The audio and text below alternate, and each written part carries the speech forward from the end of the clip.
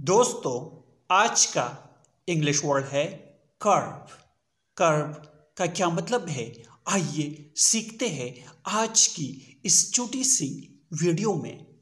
Curve means रोकना, दाने की जंजीर, रोकथाम या किनारा।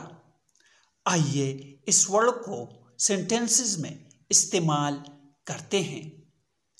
She put a curb on her spending.